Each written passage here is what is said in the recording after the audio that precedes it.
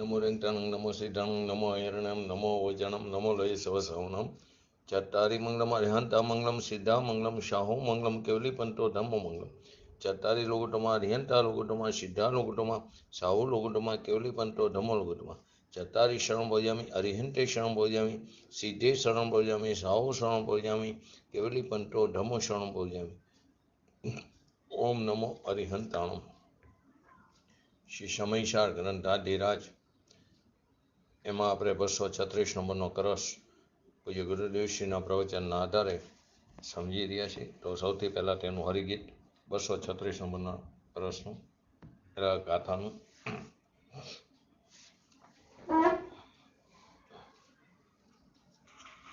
ચિન્મૂર્તિ મનરથ પંતમં વિદ્યારથારૂઢ ઘૂમતો તેજીન જ્ઞાન પ્રભાવ કર સમસ્ત દ્રષ્ટિ જાણવો.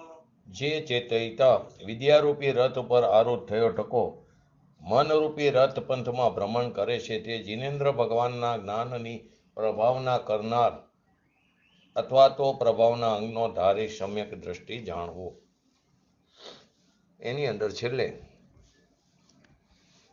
કે ગુણસ્થાનની અપેક્ષાએ ચારિત્ર મોહના ઉદયના નિમિત્તે સમ્યક દ્રષ્ટિને જે બંધ કયો હતો, કેમ કે દર્શન મોહનીયનો અભાવ છે, ચારિત્ર મોહનીય છે. હજી ચોથા ગુણસ્થાને અનંતાબંધીનો અભાવ છે, પણ અપ્રત્યાખ્યાન પ્રત્યાખ્યાન સંજનન કષાય ચોકડીનો સદભાવ છે. તે ઉદય નિમિત્તે સમ્યક દ્રષ્ટિને જે બંધ કયો છે તે પણ નિજરા રૂપ જ છે. કેમ કે અહીંયા દ્રષ્ટિનું જોર છે. જ્ઞાનીનો ભોગ નિજરાનો હેતુ, કે જ્ઞાની એટલે કે શંકિતી ભોગ ભોગવે નિજરાનો હેતુ, એ ભોગ નિજરાનો હેતુ. કેમ કે કેવી રીતે હોય, ભોગ તો પાપ છે, પરંતુ એને ભોગનો આદર નથી, એમાં એને રુચિ નથી, એ તરફ એનું લક્ષ્ય નથી, એને દ્રષ્ટિનું જોર છે. એ અપેક્ષાએ કહેવામાં આવ્યું છે. પણ કોઈ એમ સર્વથા માની લે ભોગ છે નિજરાનો હેતુ છે, તો માણસ ભોગ છોડીને ચારિત્ર ગ્રહણ કરવાની વાત કેવી રીતે આવે? પરંતુ અહીં તો દ્રષ્ટિના જોરમાં સ્વભાવનો આદર છે. એ કારણે એ રાગ દ્વેષથી વિભાવ ભાવથી વિરક્ત છે. એને એનો આદર નથી. એથી એને જે અલ્પ સ્થિતિ અલ્પ અનુભાગ બંધ પડે છે એને ગૌણ કરીને નિજરા કહેવામાં આવી છે. તો કે મિથ્યાત્વથી જે બંધ પડતો હતો તેટલો બંધ એને નથી. તેથી એ બંધને ગૌણ કરીને સ્થિતિ અનુભાગ જે થોડો પડે છે એને ગૌણ કરીને નથી પડતો એમ શાસ્ત્રમાં કહેવામાં આવે છે. બાકી તો બંધ તો 10મા ગુણસ્થાન સુધી પડે છે. ત્યાં સુધી કસાય છે ને. કસાય અને યોગના નિમિત્તે કર્મમાં પ્રદેશબંધ પ્રકૃતિબંધ સ્થિતિબંધ અને અનુભાગ પડે છે. યોગના નિમિત્તે પ્રદેશ અને પ્રકૃતિબંધ, કસાયના નિમિત્તે સ્થિતિ અને અનુભાગ બંધ પડે છે. યોગ તો 13મા ગુણસ્થાન સુધી છે, તો ત્યાં સુધી પ્રદેશ અને પ્રકૃતિ બંધ પડે છે. અને કસાય 10મા ગુણસ્થાનના અંત સુધી છે, તો ત્યાં સુધી સ્થિતિ અને અનુભાગ બંધ પડે છે. તો મિથ્યાત્વ સંબંધીનો જે બંધ છે તે બંધ નથી, અને મુખ્યપણે એને જ બંધ ગણવામાં આવ્યો છે. કેમ કે એનું ફળ અનંત સંસાર છે. એ અનંત સંસારનો અંત આવી ગયો છે. સંસાર મર્યાદિત પરિત થઈ ગયો છે. એ અપેક્ષાએ બંધ નથી એમ કીધું. પરંતુ કોઈ સંકેત થઈને એમ જ માની લે હવે અમારે તો કોઈ બંધ છે જ નહીં, તો એ સ્વચ્છંદી છે. એમ હોય જ નહીં સંકેતને, પરંતુ આ તો એક સમજાવવા માટે છે. માટે વસ્તુ સ્વરૂપને સમજવું ખૂબ જરૂરી છે. બંધ કયો છે તે પણ નિજરા રૂપ જ છે. નિજરા સમાન જ ચારિત્ર મોહનો ઉદય છે ને, પરંતુ એને નિજરા સમાન જ જાણો. કેમ કે સમ્યક દ્રષ્ટિને જેમ પૂર્વે મિથ્યાત્વના ઉદય વખતે, એ વખતે એને પૂર્વે મિથ્યાત્વનો ઉદય હતો, તો એના નિમિત્તે જે બંધાયેલું કર્મ હતું તે ઉદયમાં આવીને સ્થિતિ પૂરી થતા તે ખરી જાય છે. કેમ કે એને પોતાના સ્વભાવનો લક્ષ્ય છે, આત્માના અનુભવમાં આનંદની દશા વર્તે છે, તો તેને જે પૂર્વનું કર્મ છે તે ઉદયમાં આવીને ખરી જાય છે. તેમ નવીન બંધાયેલું કર્મ પણ ખરી જાય છે. અલ્પ સ્થિતિ અનુભાગ છે તે આપણે કહીએ સૂકી ભીત ઉપર રેતી નાખી તે ખરી જાય છે. એ સમ્યક દર્શનના જોરની અપેક્ષા એ વાત છે. મિથ્યાત્વની પ્રધાનતાથી જે બંધ થાય છે એનો અહીંયા નિષેધ કરવામાં આવ્યો છે. બાકી બિલકુલ બંધ જ નથી, સર્વથા એમ નથી. સમકીતીને પણ અવ્રતના ભાવ છે, પ્રમાદનો ભાવ છે. ચોથા ગુણસ્થાને અવ્રતના ભાવ છે, છઠ્ઠા ગુણસ્થાન સુધી પ્રમાદનો ભાવ છે, 10મા ગુણસ્થાન સુધી કસાય છે. એ બધું બંધનું કારણ છે. મુનિને પણ હજી રાગ પ્રમાદ, છઠ્ઠા ગુણસ્થાને ભાવલિંગી મુનિરાજ જે પ્રમત અપ્રમત દશામાં ઝૂલતા, તો એને પણ પ્રમાદ છે. તો એને રાગ પ્રમાદ પંચમહાવ્રતના પરિણામ એ બધા બંધના કારણ છે, દુઃખનું કારણ છે. એને પણ બંધ પડે છે, પણ અલ્પ સ્થિતિ અને અલ્પ અનુભાગ બંધ પડે છે. અહીંયા કે છે સમ્યક દ્રષ્ટિને આત્માનું જ્ઞાન અને ભાન, એટલે કે એને અનુભવ છે, તેથી તેને મિથ્યાત્વ નથી. તેથી તેને પૂર્વના કર્મનો જે ઉદય છે એ ઉદય આવ્યો અને એ ખરી જાય છે. અને વર્તમાનમાં જે રાગાદિ થાય છે એમાં એનું માલિકીપણું, સ્વામીપણું, એકત્વપણું નહીં હોવાને કારણે નવું બંધન જેટલા અંશે જોડાય છે એટલું નવું બંધન પડે છે. પરંતુ એ અલ્પ સ્થિતિ ને અલ્પ અનુભાગ છે એ પણ ખરી જવાનું છે. કોની વાત થઈ કે જેને પોતાનો ભગવાન આત્માનો અંતરના ભેટા એને અનુભવમાં આવ્યો, એને પોતાના પૂર્ણાનંદ નાથનું દર્શન થયું, એનો અનુભવ થયો, એને આનંદનો સ્વાદ આવ્યો, એવા સમ્યક દ્રષ્ટિને પૂર્વના કર્મનો ઉદય છે એ ખરી જાય છે. કેમ? એને આદર નથી, એમાં એને રુચિ નથી, એમાં એને એકત્વ નથી, મમત્વ નથી. ત્યારે કે રાગ છે એનું બંધાય છે ને થોડું, હા બંધાય છે અલ્પ સ્થિતિ ને અલ્પ અનુભાગ, પરંતુ એ મિથ્યાત્વ સંબંધી નથી. તેથી તેને ગૌણ કરીને નથી થતું, નથી પડતો બંધ એમ કહેવામાં આવે છે. ખરી જાય છે વાસ્તવમાં. તો કેમ ખરી જાય છે? કેમ કે કર્મના સ્વામીપણાનો અભાવ હોવાથી, એનો એ માલિક નથી. પૂર્વના કર્મનો પણ સ્વામી નથી અને વર્તમાનના રાગનો પણ એ સ્વામી નથી. મિથ્યાત્વની અપેક્ષાએ વાત સમજાવી છે. એ આગામી બંધરૂપ નથી, નિજરા રૂપ જ છે. જેવી રીતે એક્ઝામ્પલ આવે બોલો દરિદ્રનું, માણસનું. અહીં કે છે કે કોઈ મુનિરાજ મુનિવ્રત ધારે, પંચમહાવ્રત લે, નિરતિ 4 પારે, તો પણ એને દુઃખની દશા છે. હવે એને કોઈ ધર્મ માને તો એ મિથ્યાત્વ છે. આપણે પણ આવું અનંતવાર મુનિ પણ ધારણ કર્યું અને એને ધર્મ માનીને બેઠા, તો એ મિથ્યા દ્રષ્ટિ. એને મિથ્યાત્વનો આપણને પણ એનો આકરો બંધ પડ્યો હતો. સંકિતીને રાગ જરી થાય છે તેથી થોડો બંધ પડે ને એ બંધ પણ ખરી જશે એમ અહીંયા કહેવામાં આવ્યું છે. સંકિતીને પણ રાગ થાય છે, પરંતુ એનો આદર નથી, એનો માલિક નથી, એનો સ્વામીપણાનો અભાવ હોવાથી જેટલા અંશે જોડાય એટલા અંશે બંધ પડે છે, એ પણ ખરી જશે એમ કહેવામાં આવ્યું મિથ્યાત્વની અપેક્ષાએ. માટે આચાર્ય ભગવંત એમ કહે છે કે ખરેખર સત્ય શું છે એ શોધવા જઈ તો મળશે, એ તરફ દ્રષ્ટિ કરશું તો મળશે. ખરેખર ડગલે ને પગલે દરેક વસ્તુમાં ઉર્ધ્વપણે આત્મા જણાય છે, દેખાય છે. ડગલે ને પગલે ભગવાન પૂર્ણાનંદનો નાથ બિરાજે છે. એને અંતરમાં અનુભવમાં દ્રષ્ટિમાં લે, અનુભવ કર, એ અપેક્ષાએ તેને પૂર્વનું કર્મ નિજરી જાય છે. નવું બંધાય એ પણ નિજરી જાય છે. કેમ કે એનો સ્વામી નથી. કેમ કે જ્યાં સ્વ સ્વરૂપનો સ્વામી થયો ત્યારે તેને ત્યાં કોઈ પણ પદ્રવ્યનો, પર વસ્તુનો એ સ્વામી નથી. રાગ દ્વેષ આદિ વિભાવ ભાવનો પણ એ સ્વામી નથી. કેમ કે આત્માની અંદર એક એવી શક્તિ પડી છે. કઈ શક્તિ?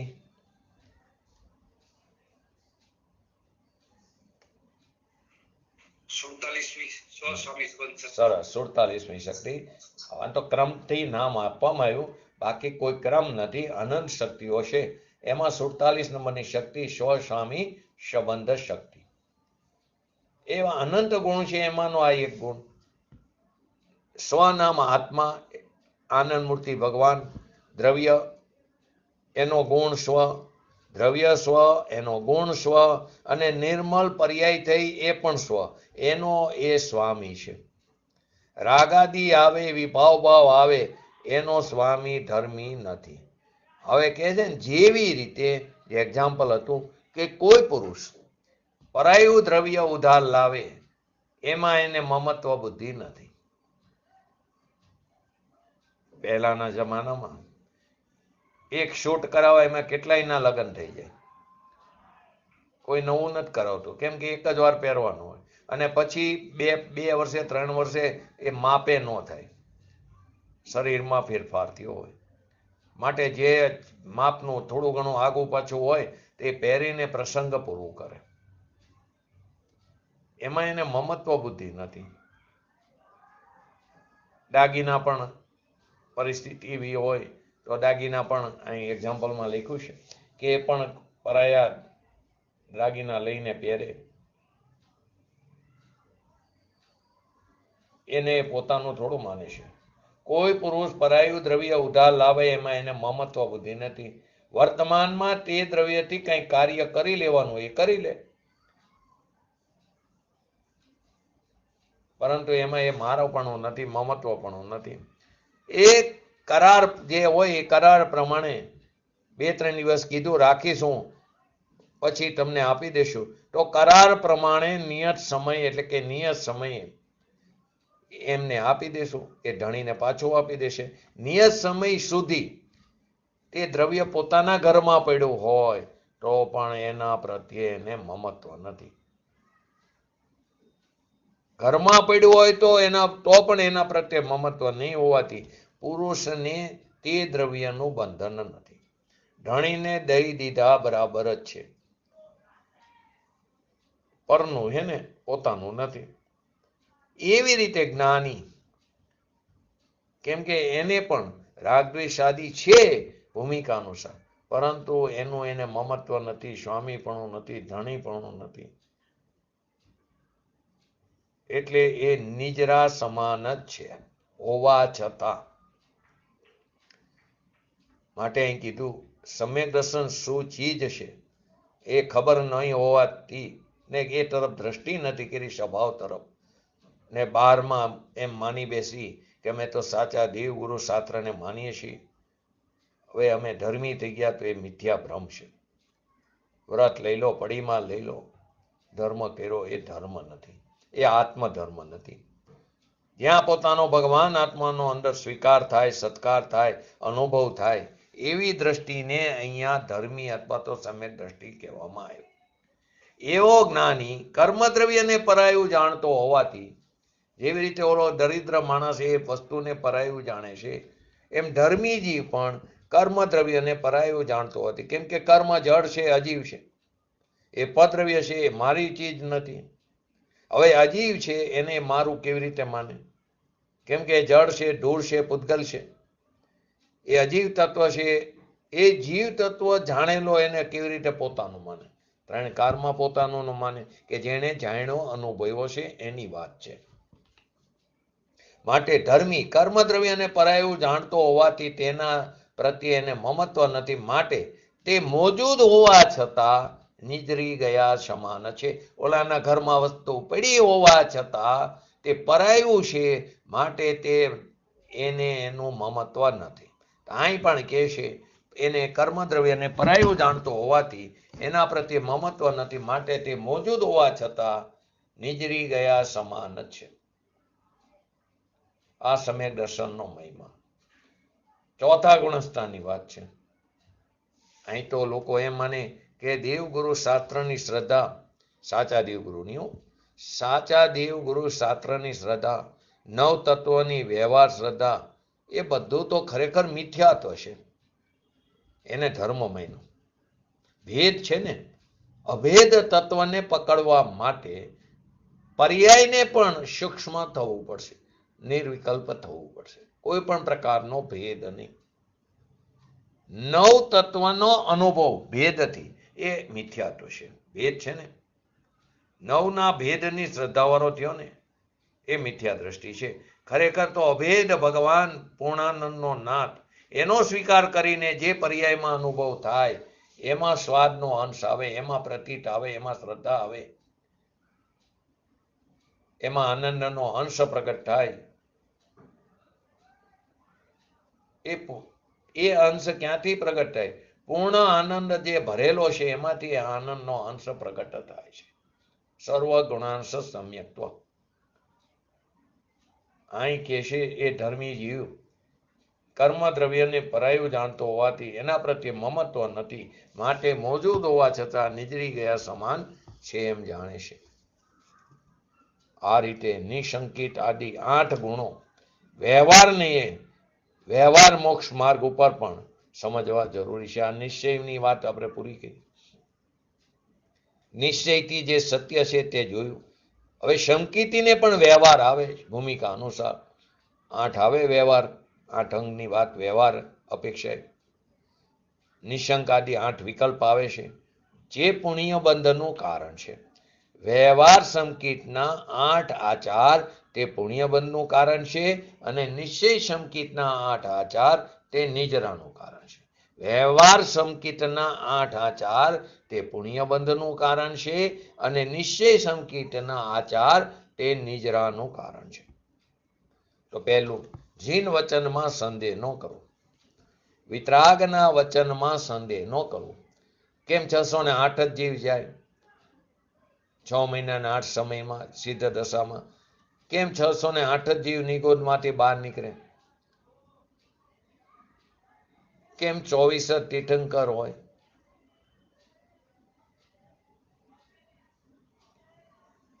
કેમ? વસ્તુ વ્યવસ્થા છે, એમાં સંદેહ ન કરો. આમ જ છે વસ્તુ વ્યવસ્થા. પ્રશ્ન તો થાય ને, આપણને પણ શરૂઆતમાં થયા હોય કે 608 જીવ 6 મહિનાને 8 સમયમાં મોક્ષમાં જાય છે ક્ષેત્રની અપેક્ષાએ. બાકી તો પોતાના સ્વચતુષ્યમાં બિરાજમાન છે, પોતાના દ્રવ્ય ક્ષેત્ર કાર ભાવમાં. અને 6 મહિનાને 8 સમયમાં 608 જીવ નિગોદમાંથી બહાર નીકળે. પ્રશ્ન થાય, ક્યારેક તો નિગોદ ખાલી થાય ને, અને ક્યારેક સંસારનો પણ અંત આવે ને. અનાદિકાળથી આ ચાલે છે, તું એની ચિંતા ન કરતો, એમ કે છે વિતરાગ વાણી. કેમ કે સંસારને ટકાવવા વાળાનો પણ તૂટો નથી, સંસારમાં રસ દાખવવા વાળાનો પણ તૂટો નથી.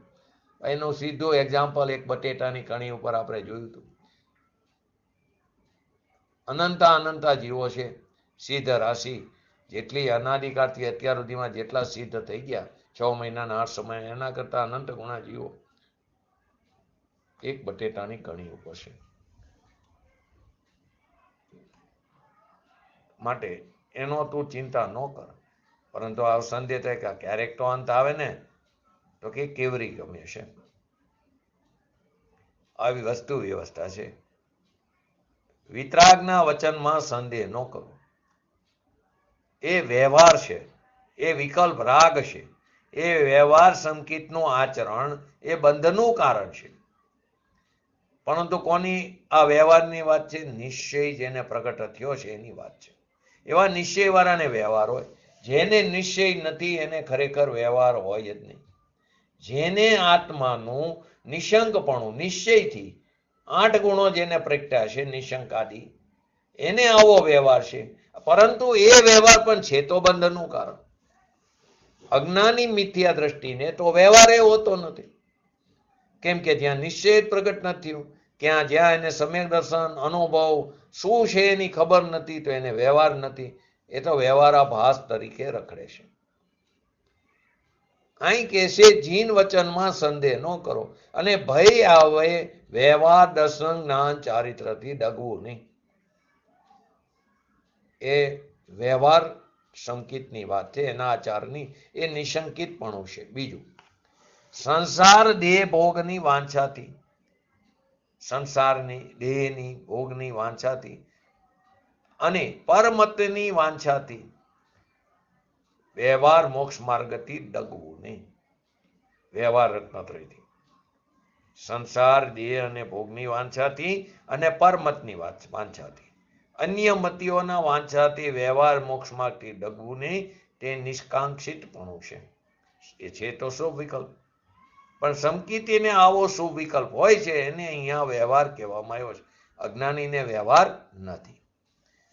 અપવિત્ર, દુર્ગંધવાળી એવી વસ્તુઓના નિમિત્તે એટલે કે વ્યવહાર મોક્ષ માર્ગની પ્રવૃત્તિ પ્રત્યે ગ્લાનિ ન કરવી તે નિર્વિચિકિત્સા છે તો એ શુભ ભાવ. દેવ, ગુરુ, શાસ્ત્ર, લોકની પ્રવૃત્તિ, અન્ય મત આદિના તત્વાર્થનું સ્વરૂપ આ બધામાં મૂઢતા ન રાખવી.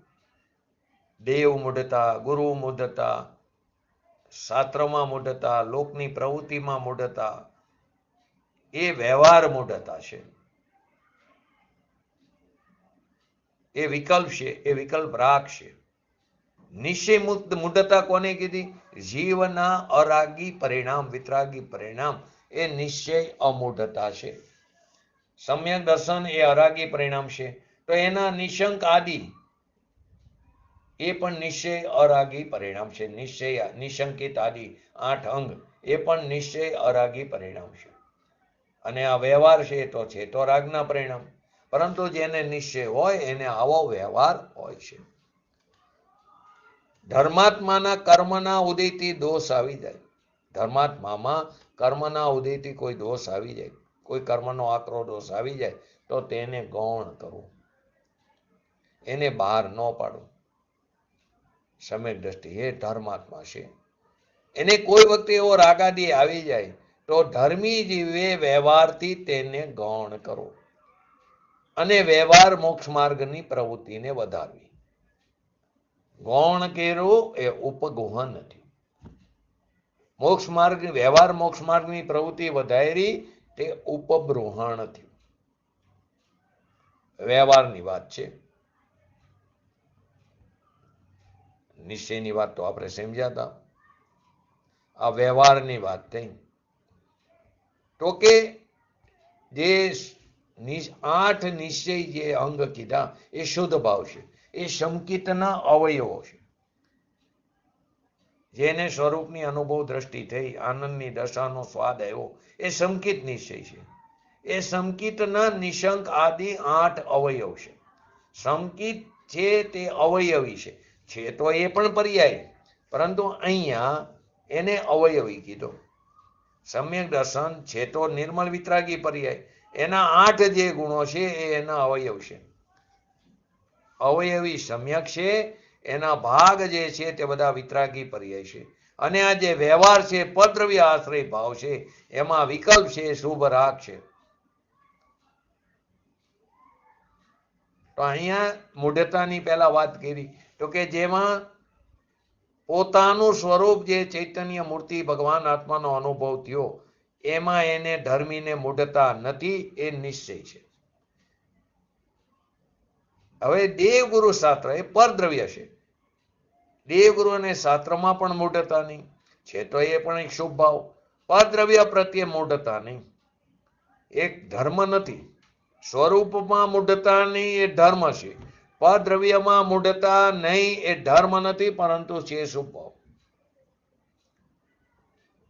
નિશ્ચય સ્વાશ્રય અને વ્યવહાર પરાશ્રિત. નિશ્ચય સ્વાશ્રિત અને વ્યવહાર પરાશ્રિત. જ્યારે આપણે નિર્ણયનું સ્વરૂપ સમજાતા ત્યારે શરૂઆતમાં જ આવે નિશ્ચય અને વ્યવહારના 18 ભેદ જોયા હતા. બેની 18,000 અપેક્ષાથી સમજ્યા હતા. એમાં પહેલું જ હતું નિશ્ચય સ્વ આશ્રિત, વ્યવહાર પરાશ્રિત. અહીં એ વાત છે. સ્વ આશ્રય સમ્યક દર્શન અને તેના 8 અવયવો નિશ્ચય હોય, એને પૂર્ણ વિતરાગ ન થાય, એને આવો વ્યવહાર છે. દેવ, શાસ્ત્ર, ગુરુમાં મૂઢતા નથી. છે તો શુભ ભાવે, કેમ કે પર વસ્તુ છે. પર વસ્તુમાં મૂઢતા નહીં, એ શુભ ભાવ છે. ઘણા કહી છે ને આપણે ભગવાન ભલું કરે, મારું ભલું કરે, શુભ ભાવ. તો કે ભગવાન ભલું કરે એ મિથ્યાત્વ ભાવ છે, એ દ્રષ્ટિ મિથ્યાત્વ છે. ખરેખર આત્મા ભલું કરે, આત્મા તરફ દ્રષ્ટિ કરીશ તો આત્મા તારું કલ્યાણ કરશે, એટલે કે તારું હિત થશે. તો કે દેવ સર્વજ્ઞ પરમાત્મા, ગુરુ તો કે નિગ્રંથ મુનિરાજ, દ્રવ્યલિંગી ભાવલિંગી દ્રવ્યલિંગી મુનિરાજ, શાસ્ત્ર તો સર્વજ્ઞ એ કહેલા. એ ત્રણમાં મૂઢતા નહીં, એ હજી છે તો શુભ રાગ. નિશ્ચય મૂઢતા નહીં, એ નિશ્ચય શુદ્ધ છે. વ્યવહાર મૂઢતા નહીં, એ શુભ રાગ છે. તો કે પોતાનો ભગવાન આત્મા એમાં મૂઢતા નહીં, એ સંકિતનો નિશ્ચયનો એક શુદ્ધ અવયવ છે. અને દેવગુરુ શાસ્ત્રમાં મૂઢતા નહીં, એ વ્યવહાર વિકલ્પ છે. નવમી ગ્રીવ્યકનો દિગંબર બોલો. હમણાં એક ચોથું કંઈક વાંચો સમય મૂઢતા, કે જ્યોતિષ મંત્રવાદ એના ચમત્કારથી પછી એ લોક મૂઢતાની અંદર આવે, એ બધી અન્ય મતમાં મૂઢતાની એની અંદર આવે એ બધું. પછી એના ભેદ તો ઘણા બધા પડે, બરાબર છે. નવમી ગ્રીવ્યક દિગંબર સાધુ થયો. દિગંબર નવમી ગ્રીવ્યકે દિગંબર સાધુ થઈને નવમી ગ્રીવ્યકે ગયા. એને દેવગુરુ શાસ્ત્રમાં મૂઢતા નહોતી, એમાં મૂંઝાણો નહોતો, પરંતુ હતો શુભરાગ, પોતાના સ્વભાવનો આશ્રય નહોતો. દેવગુરુ શાસ્ત્રની શ્રદ્ધા પણ બરાબર હતી, પરંતુ આત્માના આશ્રયની શ્રદ્ધા નહોતી. તો પ્રશ્ન થાય, દેવગુરુની શ્રદ્ધા એને કેવી રીતે હોય? એ વ્યવહારે કીધું, બંધ અધિકારમાં આવશે આગળ. તો વ્યવહાર અભવીને પણ વ્યવહાર હોય છે, ભવીને તો હોય પણ અભવીને પણ વ્યવહાર હોય છે. અપેક્ષાથી કીધું, નિશ્ચય વિના ખરેખર વ્યવહાર હોતો નથી, પણ વ્યવહારા ભાસને પણ મિથ્યા દ્રષ્ટિ નહીં અપેક્ષાએ એને વ્યવહાર કહેવામાં આવ્યો છે. વ્યવહારા ભાસને આપણને વ્યવહારા ભાસ જ છે, પરંતુ આપણા વ્યવહારા ભાસને એ મિથ્યા દ્રષ્ટિની અપેક્ષાએ વ્યવહાર કહેવામાં આવ્યો છે. કેમ કે મિથ્યા દર્શન મિથ્યા જ્ઞાન છે. પણ એને દેવગુરુની વ્યવહાર શ્રદ્ધા બરાબર છે, એ અપેક્ષાએ એને વ્યવહાર કહેવામાં આવ્યો છે. આપણને પણ સાચા દેવ, સાચા ગુરુ અને સાચા શાસ્ત્ર ઉપર શ્રદ્ધા છે. યથાર્થ તો સમકીતીને હોય, આપણને પણ શ્રદ્ધા તો છે, પરંતુ આત્માનું ભાન નથી. પરંતુ વ્યવહાર શ્રદ્ધા બરાબર છે, એ અપેક્ષાએ વ્યવહાર કહેવામાં આવ્યો. આપણે જ્યાં ને ત્યાં માથું નથી ટેકવતા, નારીએ જેમ ગમે આ વધેરે એમ આપણા માથાને ક્યાંય પણ નમાવતા નથી. શ્રદ્ધા તો છે, પણ જે આત્માની શ્રદ્ધા હોવી જોઈએ એ નથી થતી. પુરુષાર્થમાં નબળાઈ છે, અથવા તો બહારમાં કંઈક આપણને અધિકાય છે, વિસ્મયતા છે. તો આ જે છે દેવગુરુ શાસ્ત્રની શ્રદ્ધા, એ છે તો બંધનું કારણ, પરંતુ એને અહીંયા વ્યવહાર કહેવામાં આવ્યો છે. અહીં તો કોની વાત છે? જેને નિશ્ચય સંકિત પ્રગટ થયો હોય એને અહીંયા વ્યવહાર કહેવામાં આવ્યો છે. પોતાનો ભગવાન આત્મા, પૂર્ણ અતિન્દ્રિય આનંદનું દર, એમાં જરી મૂંઝવણ ન થવી, એ અમોઢ દ્રષ્ટિ નિશ્ચય છે. અને દેવગુરુ શાસ્ત્રમાં મૂઢતા ન થવી, તે વ્યવહાર છે.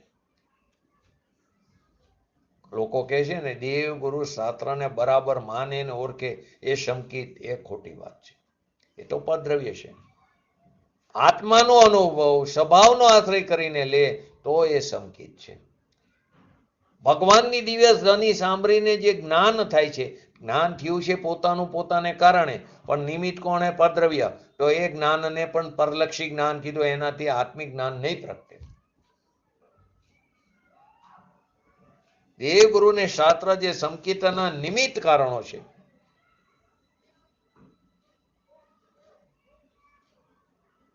નિમિત્ત કારણ કીધા.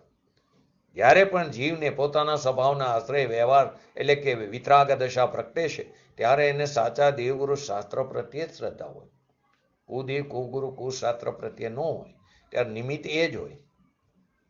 પરંતુ કાર્ય થાય તો નિમિત્ત ઉપર, પદ્રવ્ય ઉપર નિમિત્ત પણ આનો આરોપ આવે, અનુકૂળ વસ્તુ ઉપર.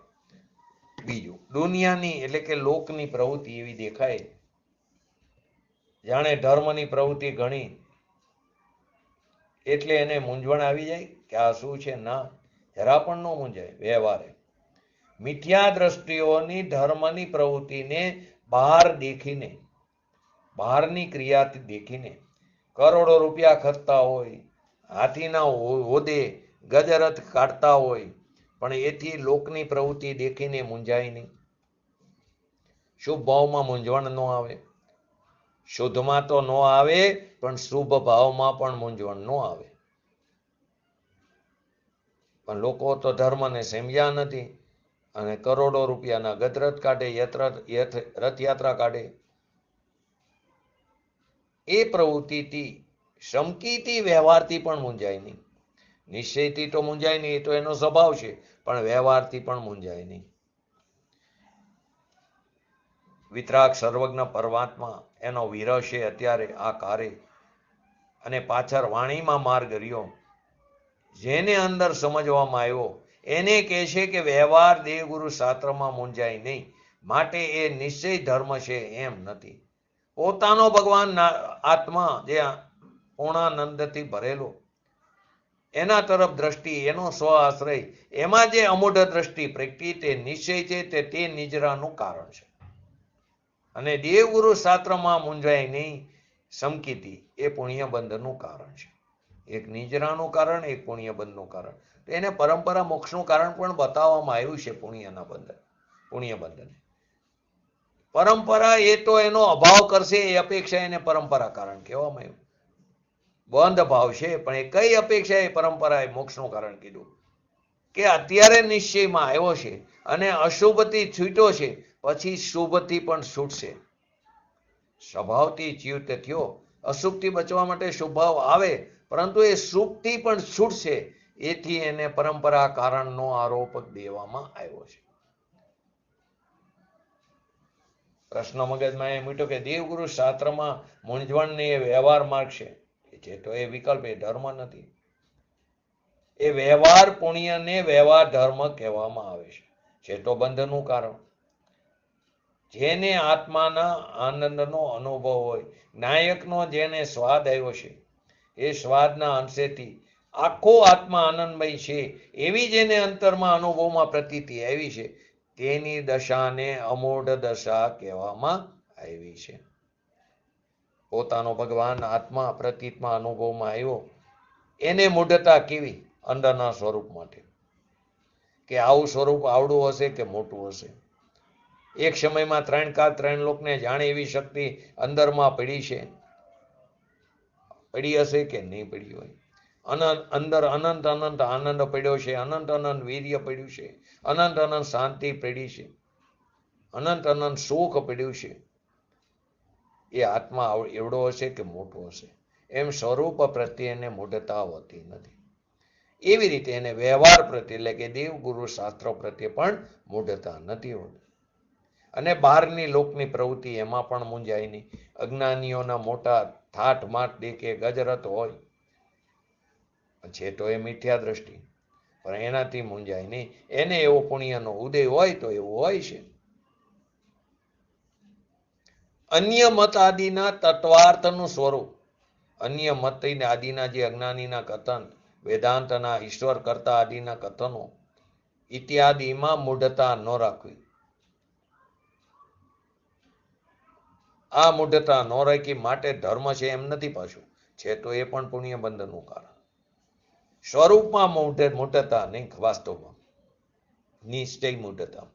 પોતાનો ભગવાન આત્મા અસંખ્ય પ્રદેશી, શરીર પ્રમાણે અને અનંત અનંત ગુણનો પુંજ, એની સંખ્યાનો પાર નહીં. એ જ્ઞાનીને એમાં મૂઢતા નથી આવતી, નિશંક છે. કેમ કે વસ્તુ જ એવી છે. તે જીવને વ્યવહારમાં દેવગુરુ શાસ્ત્રની, લોક પ્રવૃત્તિની, અન્ય મતિની વાંછા નહીં, મૂઢતા નહીં. એ વ્યવહાર મોક્ષ માર્ગ છે. નિશ્ચય મૂઢતા એ નિજરાનું કારણ છે, અને વ્યવહાર મૂઢતા તે બંધનું કારણ છે. માટે કીધું યથાર્થ જાણીને પ્રવર્તવું. દેવગુરુ શાસ્ત્રને યથાર્થ જાણીને પ્રવર્તવું અમૂઢ દ્રષ્ટિની વાત છે. પછી કીધું 5માં, ધર્માત્મામાં કર્મના ઉદયથી દોષ આવી જાય તો તેને ગૌણ કરવો. કોઈ ધર્મી છે, સંકિતી મુનિ છે, સાચા સંત છે, એને કોઈ રાગાદી કેવો દોષ આવી ગયો તો સંકિતી તેના દોષને ગૌણ કરે, એને બહાર પ્રસિદ્ધ ન કરે.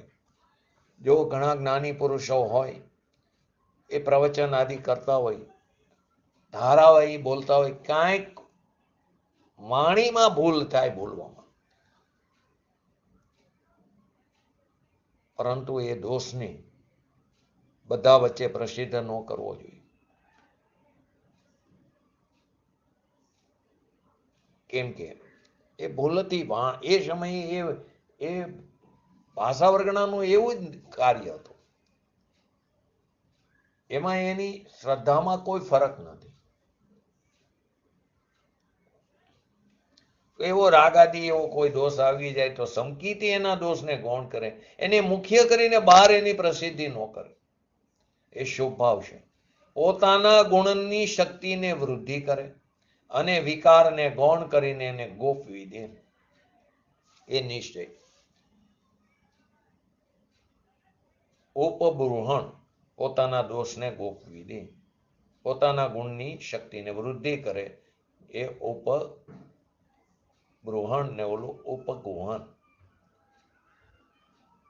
ધર્માત્મા પદ્રવ્ય છે, એના ઉદયથી કોઈ દોષ હોય, અંદર રાગાદી આવી જાય, લોકને ઠીક ન પડે એવો રાગ હોય, એથી એની નિંદા ન કરે.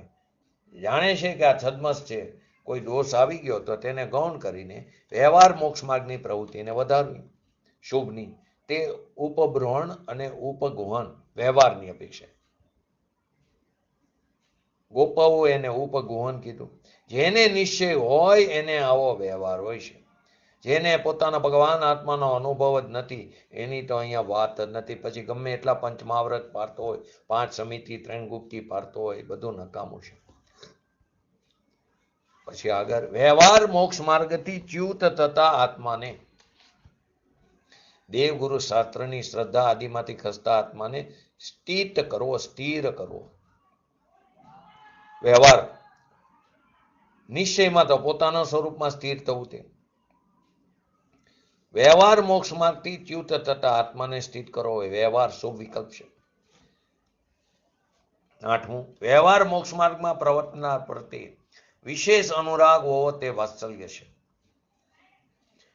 પોતાનો ભગવાન આત્મા એને અનુસરવું, એનો પ્રેમ એ નિશ્ચય વાત્સલ્ય છે.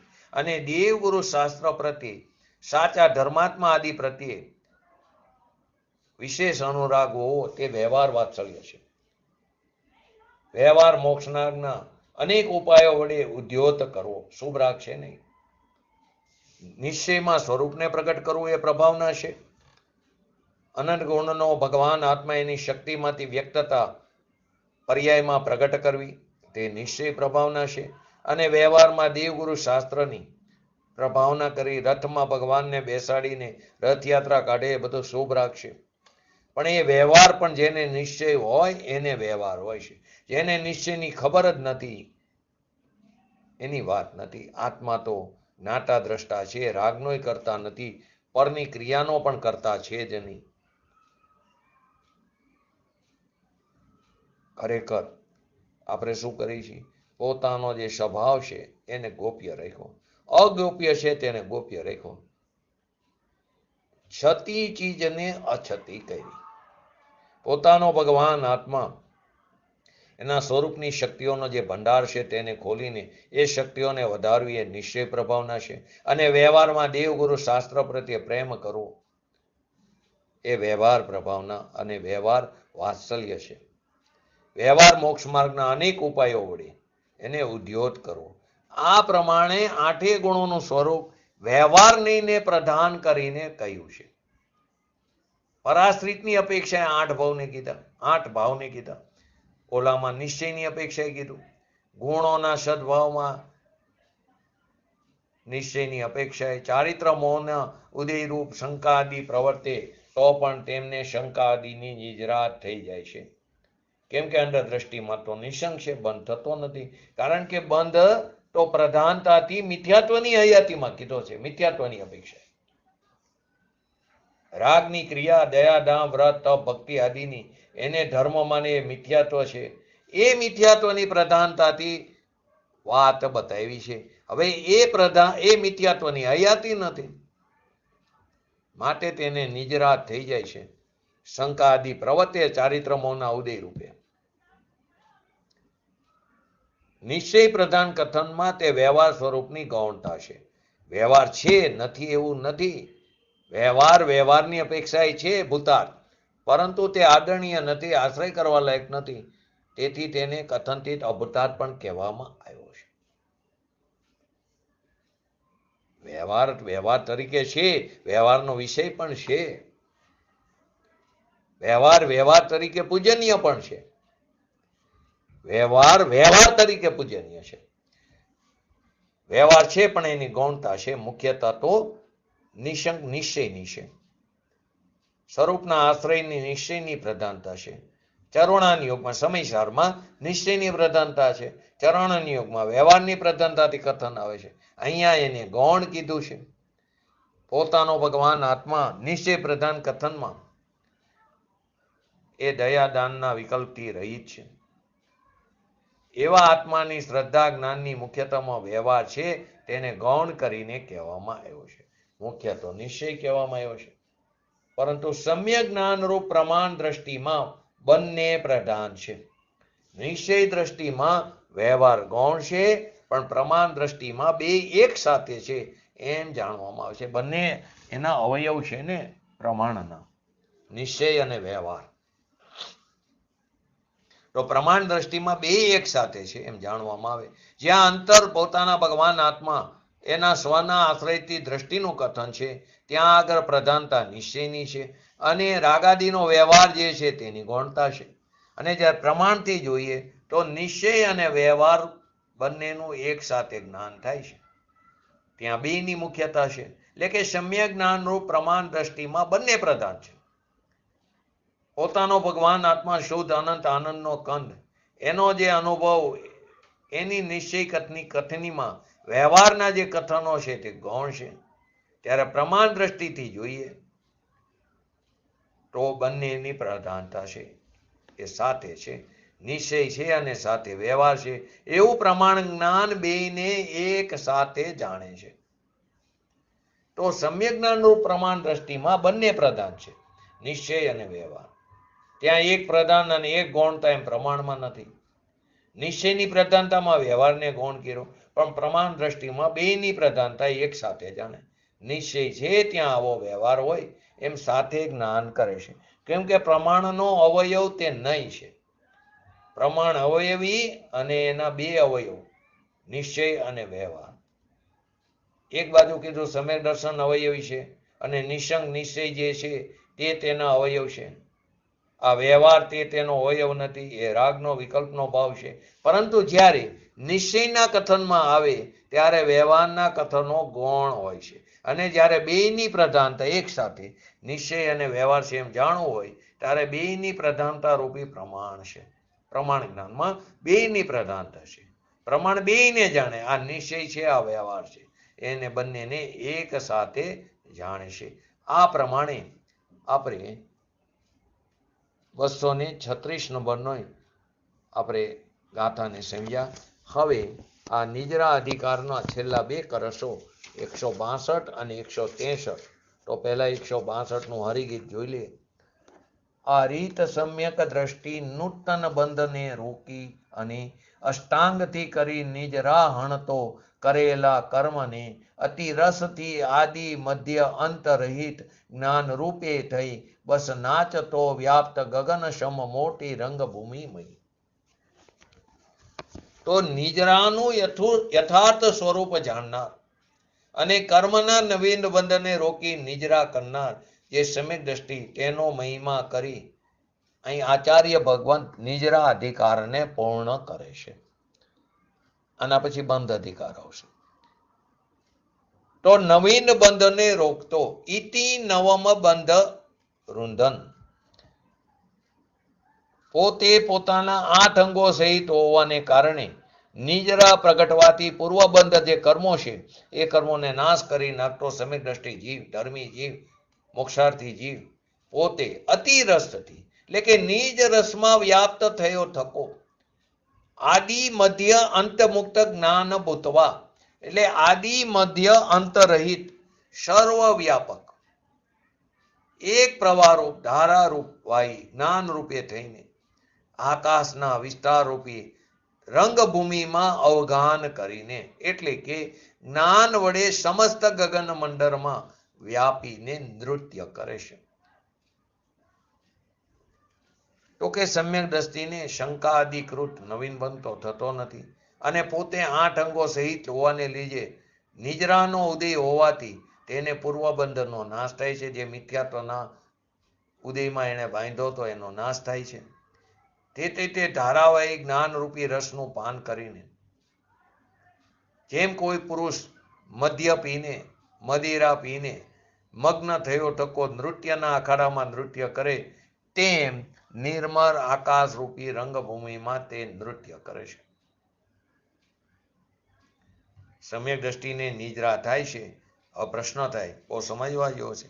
સમ્યક દ્રષ્ટિને નિજરા થાય છે, બંધ થતો નથી. એમ શિષ્ય આચાર્ય ભગવાનને કહે છે કે બંધ થતો નથી એમ તમે કહેતા આવ્યા છો. શું કહે છે? સમ્યક દ્રષ્ટિને નિજરા થાય છે, બંધ થતો નથી એમ તમે કહેતા આવ્યા છો. પરંતુ સિદ્ધાંતમાં ગુણસ્થાનોની પરિપાટીમાં એટલે એની અપેક્ષાએ અવિરત સમ્યક દ્રષ્ટિને વગેરેને બંધ કહેવામાં આવ્યો છે. વળી ઘાતી કર્મોનું કાર્ય તો આત્માના ગુણોનું ઘાત કરવાનું છે. તેથી દર્શન, જ્ઞાન, સુખ, વીર્ય એ ગુણોનો ઘાત પણ વિદ્યમાન છે. ચારિત્ર મોહનો ઉદય નવીન બંધ પણ કરે છે. જો મોહના ઉદયમાં પણ બંધ ન માનવામાં આવે, શું કે ચારિત્ર મોહનો ઉદય નવીન બંધ પણ કરે છે. મોહ થયો ને. હવે જો એ મોહના ઉદયમાં પણ જો બંધ ન માનવામાં આવે તો મિથ્યા દ્રષ્ટિને મિથ્યાત્વ અને અનંતાબંધીનો ઉદય હોવા છતાં બંધ નથી એમ કેમ ન કહેવાય? એને પણ બંધ નથી એમ કહેવામાં આવે. કેમ કે અહીં તમે એમ કહો છો ચારિત્ર મોહનો ઉદય છે, તો ચારિત્ર મોહનો ઉદય નવીન બંધ પણ કરે છે. હવે જો મોહના ઉદયમાં તમે એમ કહો બંધ નથી સમ્યક દ્રષ્ટિને, તો બંધ ન માનવામાં આવે તો મિથ્યા દ્રષ્ટિને પણ મિથ્યાત્વ અને અનંતાબંધીનો ઉદય હોવા છતાં એને બંધ નથી એમ કેમ ન મનાય? તો એ કારણ આગળ પણ આવી ગયું. બંધ થવામાં મુખ્ય કારણ મિથ્યાત્વ અને અનંતાબંધીનો ઉદય જ છે. અને સમ્યક દ્રષ્ટિને તો એમના ઉદયનો અભાવ છે. ચારિત્ર મોહના ઉદયથી જો કે સુખ ગુણનો ઘાત થાય છે, ત્યાં મિથ્યાત્વ અનંતાબંધી સિવાય અને તેમની સાથે રહેનારી અન્ય પ્રકૃતિઓ સિવાય બાકીની ઘાતી કર્મોની પ્રકૃતિનો અલ્પ સ્થિતિ અલ્પ અનુભાગ વાળો બંધ તેમજ બાકીની અઘાતી કર્મોની પ્રકૃતિઓનો બંધ તો થાય છે. ફરીવાર શું કીધું? મિથ્યાત્વ અને અનંતાબંધીની સિવાયની અને તેમની સાથે રહેનારી, કોની? મિથ્યાત્વ અને અનંતાબંધીની અપેક્ષાએ એની સાથે રહેનારી અન્ય પ્રકૃતિઓ સિવાય, એ મિથ્યાત્વ અને અનંતાબંધીની સાથે રહેનારી અન્ય પ્રકૃતિની સિવાય બાકીની ઘાતી કર્મોની પ્રકૃતિઓનો અલ્પ સ્થિતિ અલ્પ અનુભાગ વાળો બંધ તેમજ બાકીની અઘાતી કર્મની પ્રકૃતિ. કઈ અઘાતીની? કે મિથ્યાત્વ અનંતાબંધીની સાથે રહેનારી અઘાતી કર્મની પ્રકૃતિઓની સિવાયની એનો બંધ થાય છે. તો પણ જેવો મિથ્યાત્વ અનંતાબંધી સહિત થાય છે તેવો તેને નથી હોતો. કેમ કે અનંત સંસારનું કારણ તો મિથ્યાત્વ અને અનંતાબંધી જ છે. એનો એને અભાવ થઈ ગયો છે. હવે એનો અભાવ થઈ ગયા પછી એનો બંધ થતો નથી.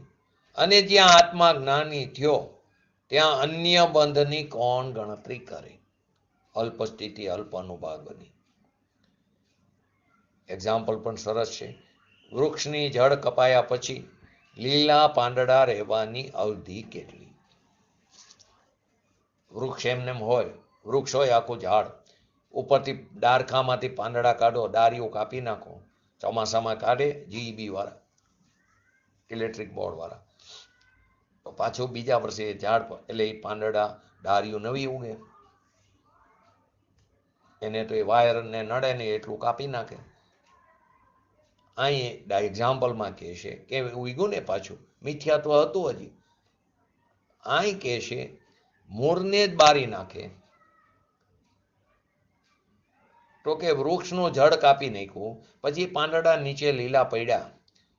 આગળ આવશે એક્ઝામ્પલમાં આના વસ્તુ. એ લીલા પાંદડા પાણીમાં રાખ્યા તો પણ એ કરમી જવાના. એ લીલા પાંદડાની અવધિ કેટલી? ક્રમે સુકાઈ જવાના. મોક્ષ મૂળિયું કપાઈ ગયું છે. ત્યાંથી જે એને રસ મળવો જોઈએ મળતો નથી. પછી તમે એને પાણીમાં રાખો, સરોવરમાં નાખો, સમુદ્રમાં નાખો તો પણ એ પાંદડા, લીલા પાંદડા પણ સુકાઈ જવાના, બળી જવાના. માટે અધ્યાત્મ શાસ્ત્રમાં અહીં સામાન્યપણે જ્ઞાની અજ્ઞાની હોવા વિશે જ પ્રધાન કથન છે. અહીં કે છે જ્ઞાની થયા પછી જે કંઈ કર્મ રહ્યા તે સહજ જ મટતા જવાના. જ્ઞાની થઈ ગયો પછી કર્મ તો રહ્યા હોય ને, પણ એ કાળક્રમે મટતા જવાના. પુરુષાર્થની પ્રબળતાથી સ્વભાવ સન્મુખના, કેમ કે એને સ્વભાવમાં જ્ઞાન થયું છે સ્વભાવનું, તો સ્વસન્મુખનો પુરુષાર્થ પ્રબળ કરીને પર્યાયમાં રહેલી અશુદ્ધતાને ટાળતો જાય છે. તો કે કોઈ પુરુષ દરિદ્ર હોવાથી ઝૂંપડીમાં રહેતો હોય, હવે એને ભાગ્યના ઉદયથી ધન સહિત મોટા મહેલની પ્રાપ્તિ થઈ, એ મહેલમાં રહેવા ગયો એટલે બહારનો વૈભવ પણ મેળવ્યો, સાથે અંદર પૈસા આદિ પણ ઘણા હતા. જો કે તે મહેલમાં ઘણા દિવસનો કચરો પડ્યો હતો, અંદર કચરો ઘણો પડ્યો હતો. બાકી એને નિધિ પણ હતી, અંદર પૈસા ઘણા હતા, મહેલ મોટો, પણ કચરો પણ ઘણો હતો. પણ જે દિવસે તેણે ઝૂંપડામાં આવીને મહેલમાં પ્રવેશ કર્યો એ જ દિવસથી એ મહેલનો ધણી બની ગયો, સંપદાવાન થઈ ગયો. હવે એ જે કચરો અંદર પડ્યો છે એ અનુક્રમે પોતાના બર અનુસાર તેને કાઢે છે. જ્યારે બધો કચરો નીકળી જશે તો એ મહેલ ઉજ્જવળ બની જશે. ત્યારે એટલે કે જ્ઞાની પોતાની પર્યાયમાં રહેલી અશુદ્ધતાને સંપૂર્ણપણે ટાળશે. ત્યારે તે અવ્યાબાદ સુખનો ભોગવટો કરશે, પરમ આનંદને ભોગવશે. એક્ઝામ્પલથી એમ સમજાવે છે. આ પ્રમાણે નિજરા રંગભૂમિમાંથી બહાર નીકળી ગઈ. કે જેણે રંગભૂમિમાં પ્રવેશ કર્યો હતો એ પોતાનું સ્વરૂપ પ્રગટ બતાવીને તે બહાર નીકળી ગઈ.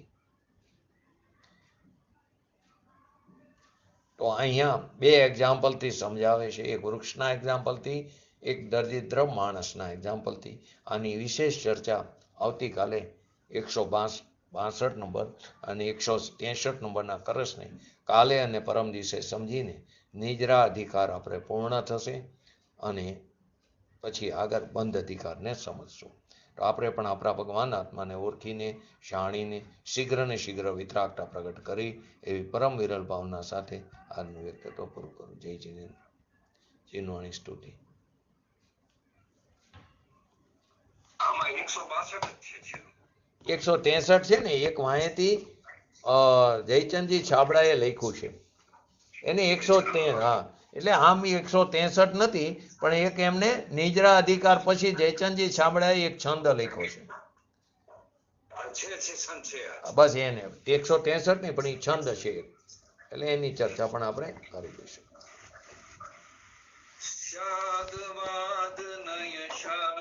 द्रव्य गुण पर्याय और प्रमाण का जड़ कर्म चेतन बंध कायर कर्म के अवसान का कह कर स्वरूप यथार्थ जग का जो किया उपकार है उसके लिए जिन वाणी मात को वंदना शत बार है वंदना शत बार. नमो रिंगटणं नमो सिद्धणं नमो ऐरणं नमो वजणं नमो लय सवसावणं चत्तारि मंगलम अरिहंता मंगलम सिद्धा मंगलम शाहू मंगलम केवली पंतो धमो मंगलम चत्तारि लोकुतमा अरिहंता लोकुतमा सिद्धा लोकुतमा शाहू लोकुतमा केवली पंतो धमो लोकुतमा चत्तारि क्षण भोजामि अरिहंते क्षण भोजामि सिद्धे क्षण भोजामि शाहू क्षण भोजामि केवली पंतो धमो क्षण भोजामि. बोलिए श्री पंच परमेष्ठी भगवंतोनो जय हो. बोलिए श्री जिनवाणी मातनो जय हो. बोलिए श्री परम पूज्य परम उपकारी श्री सद्गुरु देवनो जय हो. बोलिए श्री प्रसमूर्ति भगवती मातनो जय हो. बोलिए श्री सनातन जैन दिगंबर धर्मनो जय हो. जय हो जय हो.